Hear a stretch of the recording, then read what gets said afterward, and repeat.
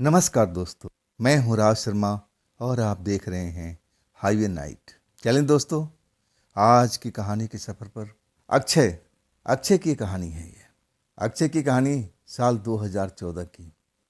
अक्षय मध्य प्रदेश में रहते थे और शहर में नौकरी करते थे।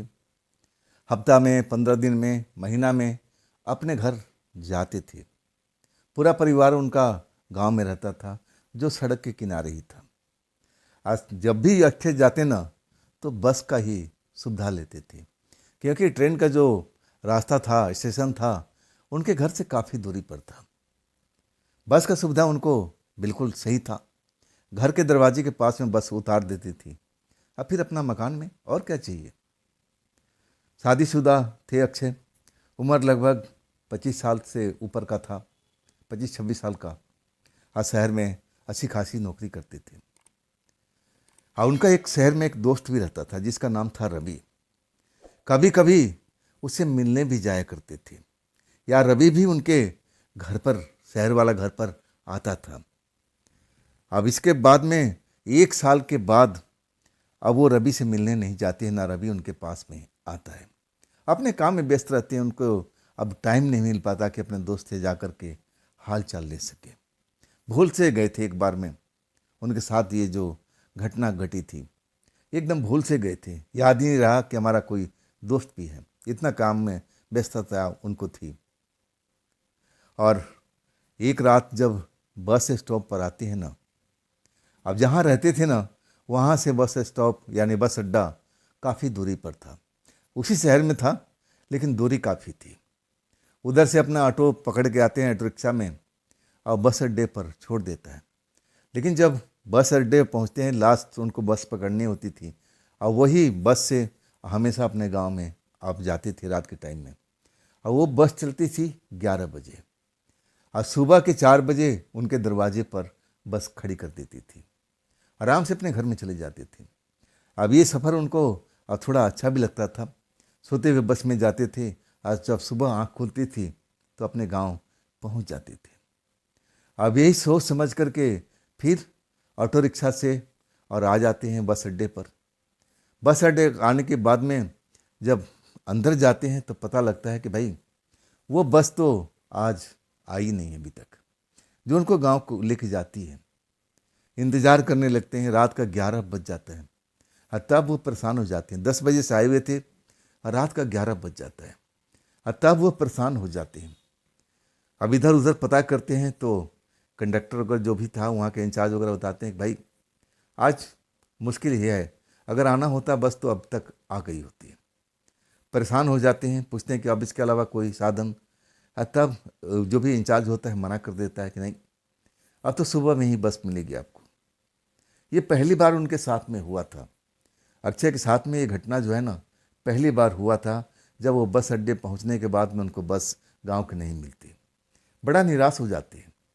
आप सोचने लगते कि अब मैं क्या करूं, अब मैं क्या करूं, चलो अपने घर लौटते हैं। लेकिन लौटे कैसे? वहाँ पर कोई ऑटो रिक्शा नज़र ही नहीं आता है, और जो नज़र आता है उनकी कॉलोनी में जाने से मना कर देता है कि नहीं, इतनी लंबी दूरी के हम सफ़र लेकर नहीं जाएंगे रात में, वो एरिया ठीक ठाक नहीं है। बड़ा परेशानी में अक्षय घिर चुके थे। उनके पास में एक बैग था, जो परिवार के लिए कुछ न कुछ उपहार वगैरह लेके जाते थे, और अब एक तरह से फंस चुके थे। करे तो क्या, वही ना घर के ना घाट का हो गए थे। अब अपने घर भी नहीं जा सकते थे, और ना अपने गांव भी जा सकते थे, फंस गए थे बीच बीच में।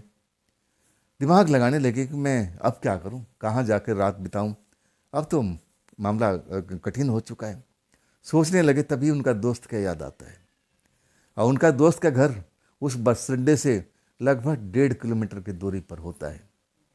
दिमाग में आता है रवि का घर।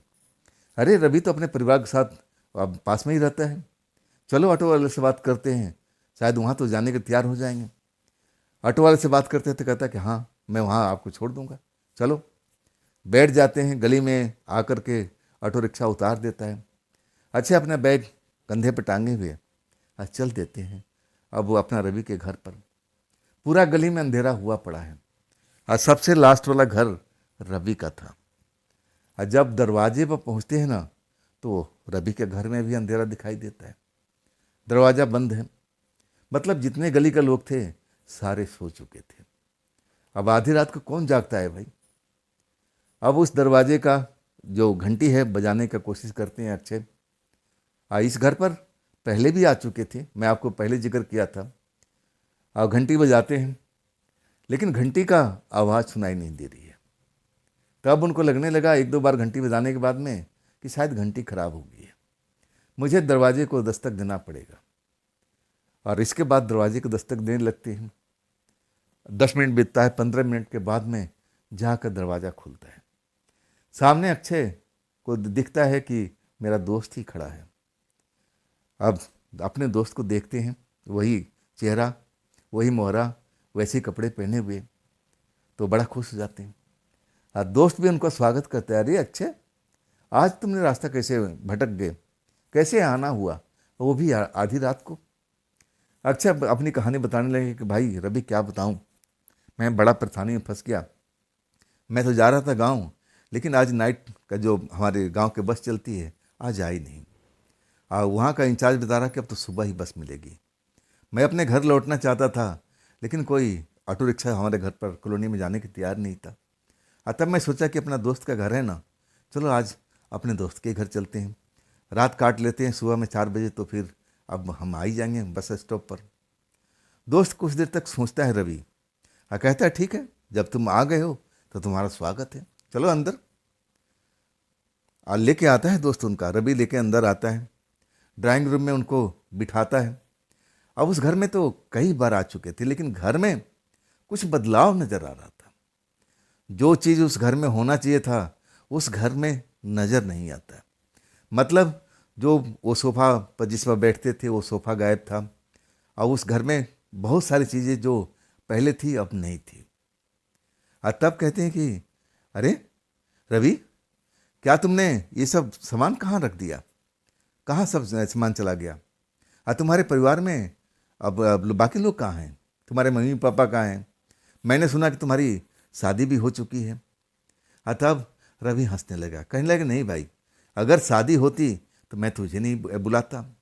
और वैसे अक्षय मजाक कर रहे थे, उनको भी था कि रवि की शादी हो जाए, आप मुझे निमंत्रण ना भेजे, ऐसा हो ही नहीं सकता है। तब कहते हैं भाई ऐसा है, वो जो रवि है ना बताता है अपने दोस्त को अक्षय को कि देखो अक्षय, हमारे मम्मी पापा अब मुझे अब छोड़ के इस घर में चले गए हैं, और जाते जाते सारा सामान भी वो ले गए हैं।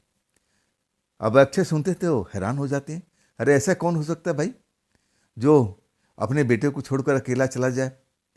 तब रवि कहने लगे भाई अब देखो इसमें गलती तो मेरी है ना, मैं अब उनको मना करने के बाद भी मैं एक ऐसी लड़की के प्यार में पागल था, और उसी की वजह से मेरे परिवार वाले मुझसे नाराज़ हो गए। कहने लगे कि ठीक है, तुझे उस लड़की से शादी करना है, प्रेम करना है, तो हम इस घर में नहीं रहेंगे।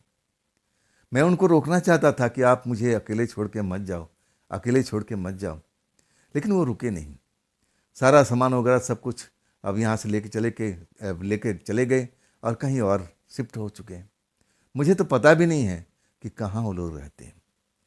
जब अक्षय रवि की बात सुनते हैं ना तो कहते हैं रवि, मैं हूँ मिला हूँ तेरे को मजाक करने के लिए, ऐसा तेरे मम्मी पापा कैसे हो सकते हैं? तेरे मम्मी पापा को मैं अच्छी तरह जानता हूँ, जब वो मुझे बेटा समझते हैं, और तुझे तो अब जान का प्यारा है तू उनके लिए, ये तेरे साथ में ऐसा कैसे नहीं कर सकते? नहीं, मैं नहीं मानता, मैं नहीं मानता। लेकिन रवि जो थे अब सामने बैठे हुए थे, और वो भी तख्त पर, पुराना सा तख्त था, और उस पर रवि जो थे अक्षय के बिठाए हुए थे। तब अक्षय कहते पहले छोड़, मुझे पानी वानी कुछ दे, प्यास लगी हुई है। तब रवि कहते कि हाँ, मैं पानी पूछना भूल गया। और उसके बाद वो किचन के साइड में जाते हैं, और जब जाते हैं ना तो रवि अक्षय इंतज़ार करते हैं, और किचन के पास में चूड़ी खनकने की आवाज़ सुनाई देती है। चूड़ी खनकने का मतलब अक्षय भली भांति समझते थे। उनको लगने लगा कि भाई इस घर में रवि का मम्मी पापा तो है नहीं, तो ये औरत कौन है जो चूड़ी पहन रखी है, चूड़ी खनकने की आवाज़ आ रही है? मन में संदेह जाग जाता है। उनको लगा कि रवि कहीं उसी लड़की को अपने घर में तो नहीं रखा हुआ है जिसके लिए रवि कह रहा है कि मेरे मम्मी पापा छोड़ के चले गए हैं। और रवि के अब ये सब जानने के लिए अक्षय वहाँ से उठते हैं, तख्त पर जो पुराने तख्त पर बैठे थे, अब फिर किचन के साइड में जाते हैं। वो घर उनको अच्छी तरह से देखा भरा था, कौन सा कमरा कहाँ है, किचन कहाँ है, बाथरूम कहाँ है, सब मालूम था। किचन के पास पहुँचते हैं और जब किचन के पास जाते हैं ना, तब देखते हैं कि एक दुल्हन जैसी अब कपड़ा पहने हुए एक सुंदर सी महिला खड़ी है और उससे वो बात कर रहे थे। रवि आपस में खुसर फुसर हो रहा था। इधर छिप करके अक्षय अब देखते हैं कि वही लड़की है जिसके बारे में रवि जिक्र कर रहे हैं, लेकिन वहाँ से अपने आप को शो नहीं करते हैं, फिर वापस तख्त पर आकर के बैठ जाते हैं।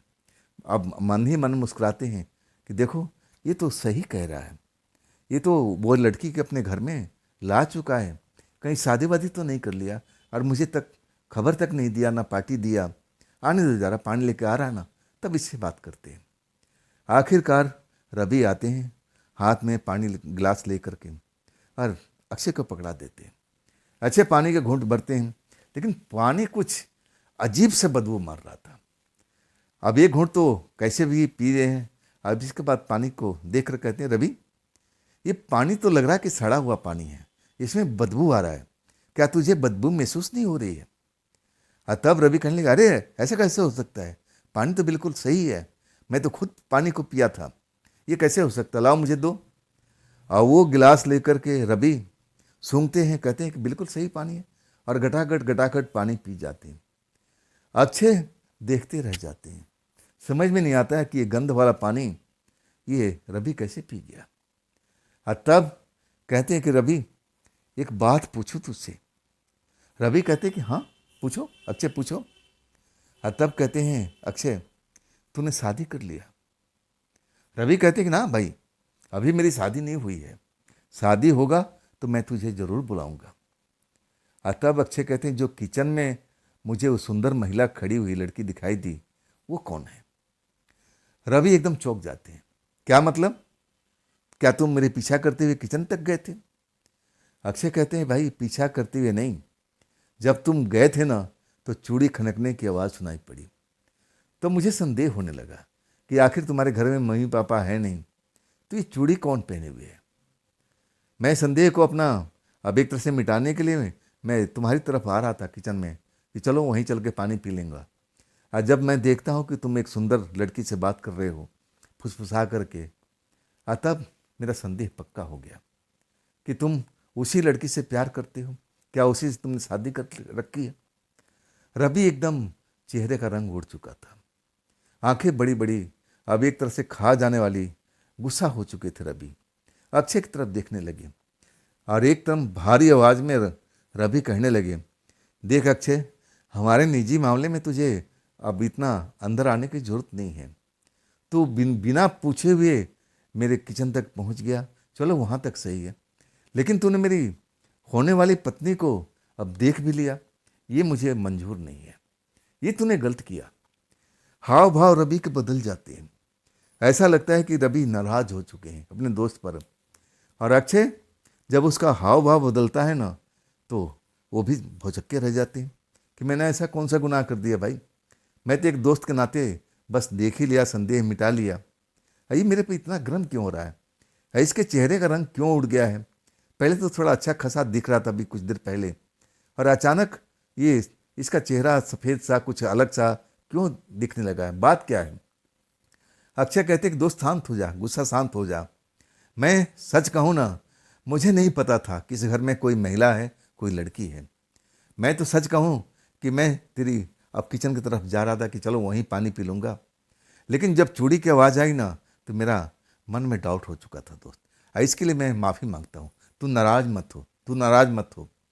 लेकिन गुस्सा रवि का काफ़ी भड़क चुका था, खूंखार नज़रों से रवि को, अब रवि है ना अक्षय को घूर रहे थे। अब भारी आवाज़, उनका आवाज़ ही बदल चुका था।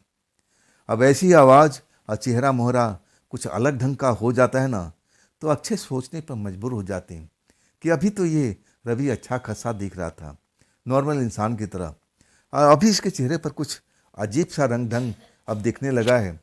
ये मामला क्या है, ये इतना मुझ पर नाराज़ क्यों हो रहा है, इसकी आंखें इतनी मोटी मोटी तो मैंने कभी नहीं देखी, इसकी आंखें मोटी मोटी कैसे हो गई। लेकिन अभी तक अक्षय को ऐसा कुछ रवि ने कुछ किया नहीं था। बस जैसे नाराज हो, एक दोस्त दूसरे पर नाराज होता है, वैसे ही वो रवि अक्षय पर नाराज हो रहा था कि तूने दोस्त ये काम गलत किया, ये काम तुमने सही नहीं किया, ये काम मुझे अभी तेरा पसंद नहीं आया। हाँ, लेकिन अक्षय उसको शांत कराने की कोशिश करे कि अब भाई मेरी गलती है, मैं इसके लिए माफ़ी मांगता हूँ, अब तो गुस्सा थूक जाए, शांत हो जा, शांत हो जा मेरे दोस्त। लेकिन शांत होने के बाद अब रवि जो है ना, जिस तखत पर दोनों लोग बैठे हुए हैं और अचानक उठ के खड़े हो जाते हैं और रवि के बिल्कुल सामने आ जाते हैं। और जैसे ही रवि उनका चेहरा देखता है ना, तो एकदम रवि की वो अक्षय की हालत खराब हो जाती है, एकदम भौचक्के रह जाते हैं। देखते हैं कि रवि की आंखों का कलर, रंग बदल चुका है, लाल रंग हो चुका है उसके आंखों में, और चेहरा भी कुछ अजीब सा दिखने लगा है। आवाज़ तो पहले भी बदल चुकी थी और भारी हो चुका है। लेकिन अभी तक अक्षय कुछ नॉर्मल ही समझ रहे थे कि ये तो चलो मेरा दोस्त है, नाराज हो गया है, कोई बड़ी बात नहीं, मैं इसको शांत कर दूंगा, और वही शांत करते हैं। लेकिन अब एकदम सामने जब खड़ा हो जाता है अजीबोगरीब हालत में और घूरता है अक्षय को, तो अक्षय कहते हैं कि भाई तेरी आंखों का रंग अब ये लाल कैसे हो गया, बात क्या दोस्त, इतना तू गुस्सा क्यों करता है। अब एक तरह से अक्षय तो अंदर अंदर डर चुके थे उसका शकल सूरत देख करके।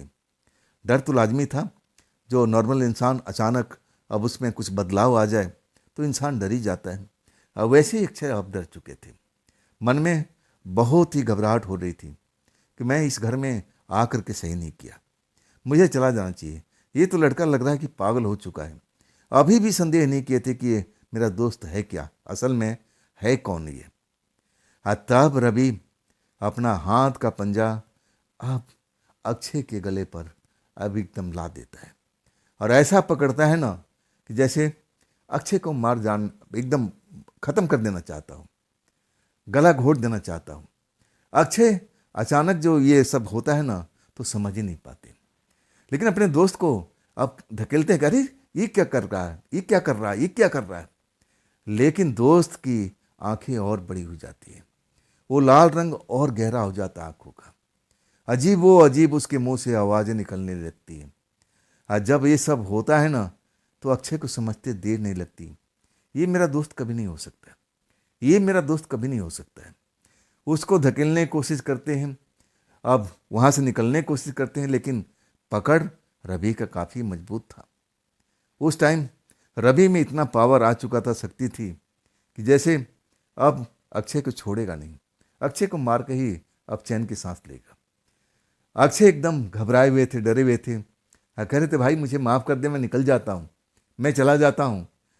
अभी तक उनकी हालत जो थी ना, खराब हो चुकी थी, डरे हुए थे, कांप रहे थे। अचानक ये सब जो रवि उनके साथ में करने लगता है, और भयभीत तो होना ही था। अब गला जब घोंटने लगता है तो सांस रुकने लगती है। अक्षय मजबूत कद काठी के थे, सामना करते हैं, लेकिन ज़्यादा देर तक सामना कर नहीं पाते हैं, और वो रवि उनको ज़मीन पर पटक देता है, उनको सीने पर सवार हो जाता है। और तभी एक सुरीली आवाज़ गूंजती है, नहीं नहीं रवि, ऐसा गलती मत करना, ऐसा गलती मत करना। जो अब आवाज़ सुनाई पड़ती है ना, तब रवि का पकड़ ढीला हो जाता है, और वो दूसरी साइड में, किचन के साइड में देखने लगता है, और वही मौका मिलता है कि अक्षय उठ के खड़े हो जाते हैं। और जब देखते हैं कि किचन के साइड से वही सुंदर महिला लड़की अब वो दौड़ती हुई आ रही है, नहीं रवि, ये गलती मत करना, ये गलती मत करना। और रवि एकदम उस लड़की को देखते भीगी बिल्ली की तरह हो चुके थे। अब उनके जो चेहरे का रंग ढंग था ना, अब बिल्कुल पहले के जैसा होने लगा था। आंखें बिल्कुल जो लाल लाल बड़ी बड़ी दिखाई दे रही थी, वो धीरे धीरे शांत होने लगा। वो लड़की कह रही थी कि तुम्हारा दोस्त है ना, तुम्हारा दोस्त है, क्या तुम दोस्त का अपनी जान लोगे, दोस्त का जान लोगे। और रवि जैसे एकदम भीगी बिल्ली की तरह उसके सामने खड़े हो, जैसे कोई पालतू अब एक जानवर हो उस लड़की के सामने में। और वही वक्त था कि अक्षय उस लड़की को देख कर कहने लगे कि देखिए, आपने मेरी जान बचाई है, मेरे दोस्त को ना जाने क्या हो गया था, ये तो मुझे मारना चाहता था। बस कसूर इतना था कि बिना बताए हुए मैंने आपको देख लिया था। इसी वजह से मेरा दोस्त सब कुछ भड़क गया था, आपने तो देखा ही था। तब वो महिला कहती हैं, हाँ ये गुस्से वाले हैं, ऐसे ही गुस्से वाले हैं, आप शांत हो जाइए, बैठिए आप। लेकिन तब तक अक्षय समझ गए थे कि ना, इस घर में रहना खाली नहीं है। कुछ चेहरे का बदलाव, रंग ढंग, ये सब कैसे हो गया रवि के साथ में। इतना भयानक चेहरा इसका कैसे बन चुका था, जैसे इंसान ना हो। लेकिन वो महिला कहती है कि ना ना, आप डरिए मत। और अपने पति जो भी है रवि से कहती है, अब तो प्रेमी था कि पति था ये तो कहा नहीं जा सकता है। कहता है कि देखिए, माफ़ी मांगिए इनसे, आपने बहुत बड़ा गलती किया है। ऐसा आपके अपने दोस्तों के साथ में कोई करता है जैसा आप कर रहे थे? अगर मैं नहीं आती तो शायद आप इनको मार देती। और रवि भी अक्षय से माफ़ी मांगता है कि दोस्त मुझे माफ़ कर दे, मुझसे गलती हो गई, चल माफ़ कर दे आप। तब अक्षय कहते ठीक है, मैंने माफ़ किया भाई, कोई बड़ी बात नहीं है। लेकिन तुझे हुआ क्या था? रवि कहने लगे कि भाई मुझे कुछ नहीं हुआ था, अचानक न जाने मुझे क्यों गुस्सा आ गया, बस ऐसा कभी कभी मेरे पास ऐसा गुस्सा आ जाता है। लेकिन अक्षय समझने लगे कि ना, इस घर में रहना ठीक नहीं है, इस मियाँ बीबी के चक्कर में कहीं मैं मारा न जाऊं। तब कहने लगे कि मैं चला जाता हूँ मेरे दोस्त, मैं वहीं पर शायद बस कोई ना कोई और साधन मिल जाए और मैं अपना बस या कोई भी साधन मिलेगा पकड़ के चला जाऊँगा, तुम लोग आराम करो। लेकिन उनकी जो प्रेमिका थी रवि की, वो रोकने लगी अक्षय को कि नहीं भाई साहब, आप मत जाइए, मत जाइए, रुकिए, आप सुबह में चले जाइएगा। रवि भी कह रहे थे कि अब रुक जाना, जब आया है तो जा क्यों रहा है। लेकिन अक्षय समझ जाते हैं कि नहीं, इस पल में यहाँ पर अब रुकना ठीक नहीं है। वो लोग मना करते रह गए कि आप रुक जाइए, लेकिन वो निकल जाते हैं और कहते हैं दोस्त फिर कभी मिलेंगे। अब कुछ भी आप पूछना मुनासिब नहीं समझते।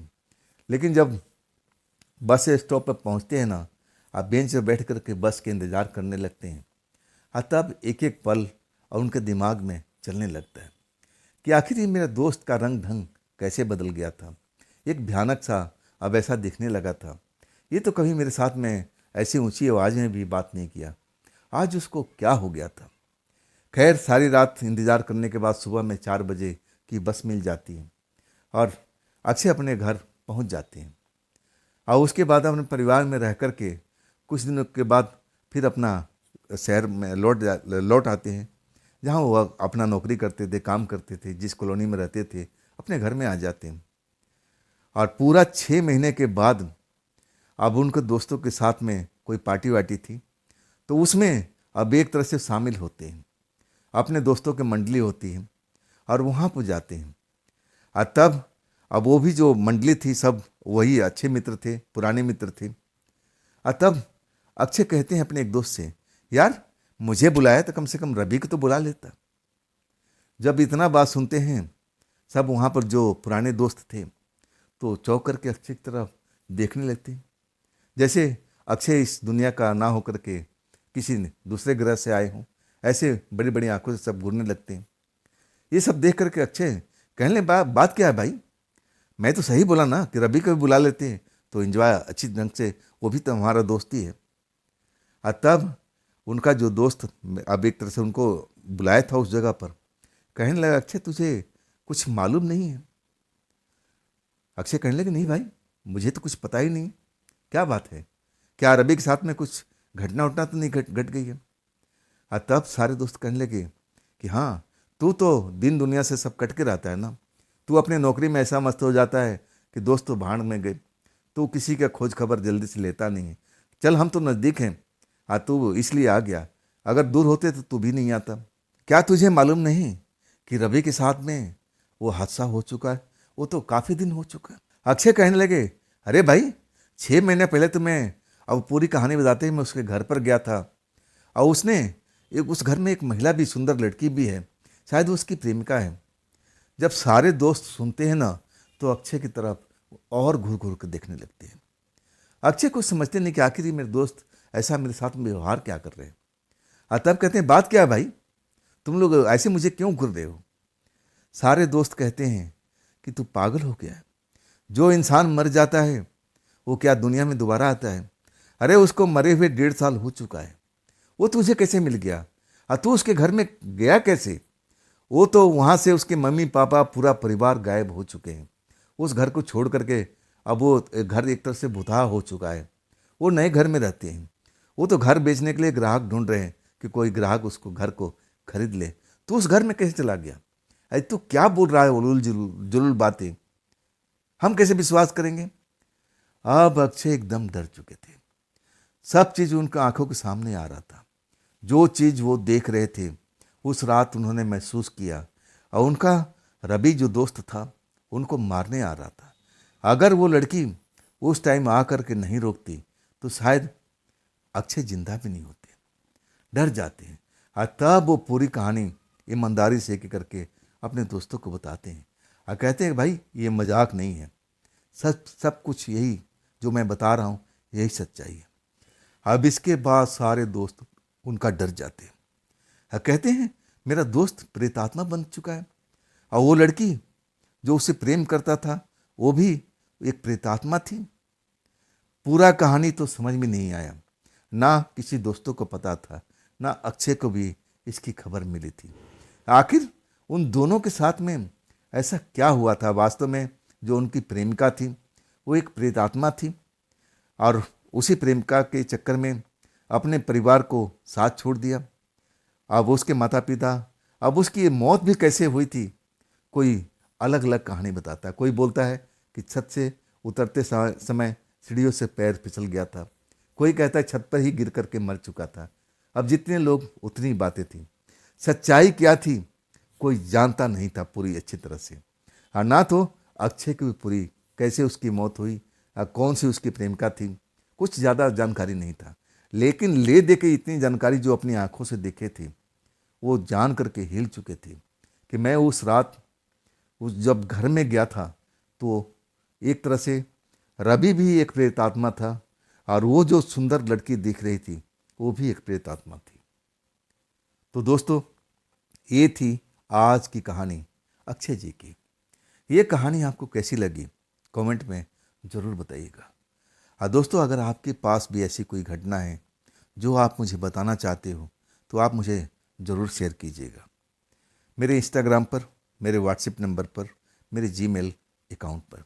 और ये भी चैनल आप ही का है तो इसको भी अपना प्यार दीजिए, लाइक कीजिए, सब्सक्राइब कीजिए, अपने दोस्तों को शेयर कीजिए और हाइप वाला बटन को ज़रूर दबाइएगा। तो दोस्तों कल मिलते हैं इसी चैनल पर, इसी टाइम पर। आप लोग अपना ख्याल रखिएगा। नमस्कार।